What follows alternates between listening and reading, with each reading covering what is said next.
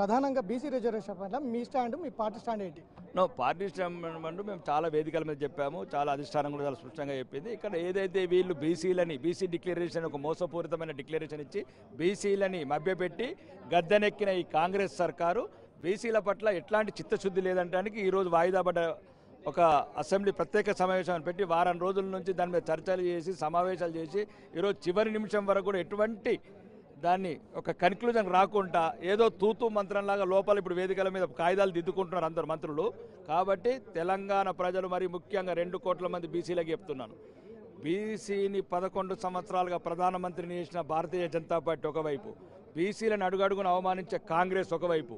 కాబట్టి ఇది ఎవరికి నమ్మకం లేదు. వీళ్ళు చర్చ పెట్టినప్పుడు దానికి సరైన సమాధానం ఇస్తాం. సమగ్రంగా సర్వే చేసినాం, ఇంకా సమగ్ర నివేదికనే రాలేదు, తప్పుల తడకనే ఎలా చెప్తారనేది కూడా క్వశ్చన్ చేస్తున్నాం. తప్పుల తడకని ఆయననే చెప్తున్నారు. ఇప్పుడు ఎవరైతే పొన్నం ప్రభాకర్ గారు మంత్రి గారు కావచ్చు వాళ్ళు కూడా చెప్తున్నారు కదా, దీంట్లో కొన్ని వర్గాలు తగ్గినాయి అంటే పెరిగితే జనాభా అనేది ఒక నిష్పత్తి ప్రకారం పెరుగుతుందండి, తగ్గితే ఒక నిష్పత్తి ప్రకారం తగ్గుతుంది. కొన్ని వర్గాలే పెరగటం, కొన్ని వర్గాలే తగ్గటం. 2011కు 2016కు 2024కు ఇంత తేడా ఉంటే మీకు అధికారుల మీద నమ్మకం లేదు, అధికారులకు మీ మీద నమ్మకం లేదు. ఎందుకంటే ప్రతి చోట అధికారులను ప్రలోభ పెడుతున్నారు, ఇబ్బంది పెడుతున్నారు. వాళ్ళు మీరు చెప్పిన అంకెలే వాళ్ళని చేయమంటున్నారు. కాబట్టి 3 సార్లు 3 రెట్ల తేడా వస్తుంది. కాబట్టి అధికారులు కూడా మొత్తం ప్రలోభాలకు లొంగిపోయారు. కాబట్టి తెలంగాణ అధికారులను కాదని పక్క రాష్ట్రంకి వెళ్ళి తమిళనాడు కావచ్చు, కర్ణాటక కావచ్చు, వేరే రాష్ట్రం ఏ రాష్ట్రమైనా సార్ ఆ రాష్ట్రంకి వెళ్ళి అధికారులను తీసుకొచ్చి వాళ్ళ సర్వే చేయాలి. అప్పుడే అది కరెక్ట్ నిజమైన సర్వే అని మేము నమ్ముతాం. ఈ ప్రజాస్వామ్యంగా ఎన్నికైన ప్రభుత్వము, ప్రజాస్వామ్యం ఎన్నికైన మాలాంటి ప్రతిపక్ష ఎమ్మెల్యేని అడుగడుగున అవమానిస్తున్నది, అడుగడుగున అవమానాలకు గురి చేస్తున్నది, అడుగడుగున అభివృద్ధి నిధులు లేకుండా మా నియోజకవర్గాలని నిధుల లేమితో ఇబ్బంది పెడుతుంది. దీనికి అన్ని ప్రతిపక్షాలు బీఆర్ఎస్ మా అన్ని పార్టీలను కలిపి మొత్తం ప్రజాస్వామ్యయుతంగా అవిశ్వాస తీర్మానం పెట్టి గద్దె దించుతాం. ఎందుకు దించద్దు గద్దె? ప్రజాస్వామ్యంలో అన్ని హక్కులున్నాయి మాకు. మమ్మల్ని అవమానించినప్పుడు మాకెందుకు ఈ ముఖ్యమంత్రిని అవమానించడానికి మాకెందుకు లేదు హక్కు? మమ్మల్ని ఎమ్మెల్యేగా గౌరవించినప్పుడు మేమెందుకు ముఖ్యమంత్రి గౌరవిస్తాం? మంత్రులను గౌరవిస్తాం? మా ఇన్ఛార్జ్ మంత్రి ఒక దొర తెలంగాణ దొర, కోలాపూర్ దొర అన్యాయం చేసి ₹1 నిధులు ఇవ్వకుండా మా నియోజకవర్గ ప్రజలకు అన్యాయం చేస్తున్నాడు. కాబట్టి ప్రజాస్వామ్యయుతంగా ఈ ప్రభుత్వాన్ని గద్దె దించుతాం. అవసరమైతే అక్బరుద్దీన్ గారితో మాట్లాడతాం, మజ్లిస్తో మాట్లాడతాం, బీఆర్ఎస్తో మాట్లాడతాం. వీలైతే కాంగ్రెస్లో ఉన్న 20 మంది ఎమ్మెల్యేలను కలుపుకుంటాం. మేము కాంగ్రెస్లో ఉన్న కొందరు శాసనసభ్యులు నిన్న మీరే చెప్తున్నారు కదా, 11 మంది మీటింగులు పెట్టారు.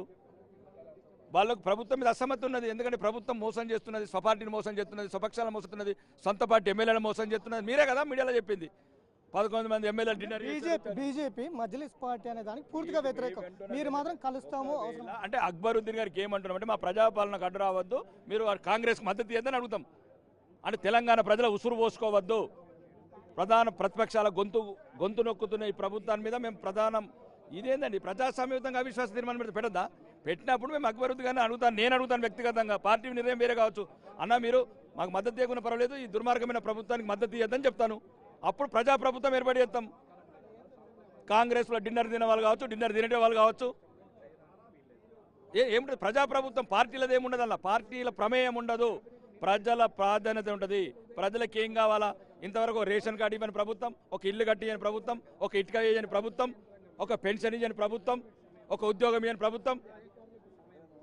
బీసీల సమగ్ర విచారణ సరిగ్గా జరగలేదు, ముస్లింల రిజర్వేషన్ పూర్తిస్థాయిలో ఎత్తివేయాలనేది కూడా మీ స్టాండ్. ఎందుకు ముస్లింల మీద బీజేపీకి అంత కక్షపూరితం? ముస్లిం ఒకటేనండి. మేమేమంటున్నామంటే బీసీల నిజమైన హక్కులు వీళ్ళు ఇతర మతస్థుల బీసీలను కూడా కలుపుకుంటారు. దీన్ని మరి తెలంగాణ బీసీలు నిర్ణయించుకోవాలి. ఈ ఉన్న రిజర్వేషన్ కూడా కోల్పోతారా ఈ కాంగ్రెస్ ప్రభుత్వాన్ని నమ్మి? కాబట్టి నీ 42% ఏదో డిక్లరేషన్లు ఇచ్చావో ఆ డిక్లరేషన్ ప్రకారం మీరు ఎన్నికలకు వెళ్ళండి.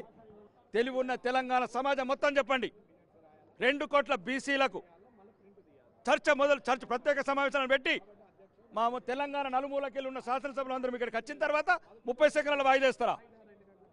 ఇదే చిత్తశుద్ధి బీసీల మీద కపట ప్రేమ. కాబట్టి బీసీ సోదరులకు చెప్తున్నా, 2 కోట్ల మందికి చేతులెత్తి మొక్కుతున్నా, ఈ ప్రభుత్వాన్ని మీద జరగబోయే స్థానిక సంస్థలకు తగిన గుణపాఠం చెప్పగలరని మిమ్మల్ని ఆర్థిస్తున్నా. సో మొత్తం మీద కాంగ్రెస్ పార్టీ బీసీలకు ఇచ్చినటువంటి 42% ఏదైతే ఉందో అవి ఖచ్చితంగా ఇవ్వాలి, అట్లనే ఇచ్చిన హామీలు కూడా ఇవ్వాలి. లేదంటే ఖచ్చితంగా వచ్చే కాలంలో ప్రభుత్వం మీద అవిశ్వాస తీర్మానం పెడతాం. ఖచ్చితంగా ఎంఐఎంతో కూడా మాట్లాడతాం, ఇతర పార్టీలతో కూడా మాట్లాడి ఏకమై ప్రభుత్వాన్ని గద్దె దించేందుకు కూడా ప్రయత్నం చేస్తాం, ఖచ్చితంగా అన్ని పార్టీలతో కలిసి అవసరం అనుకుంటే ప్రజాప్రభుత్వాన్ని ఏర్పాటు చేస్తామంటూ కూడా పైడి రాకేష్ రెడ్డి చెప్తున్నటువంటి నేపథ్యం. వీడియో జర్నలిస్ట్ శంకర్తో వెంకట్, బిగ్ టీవీ, అసెంబ్లీ నుంచి.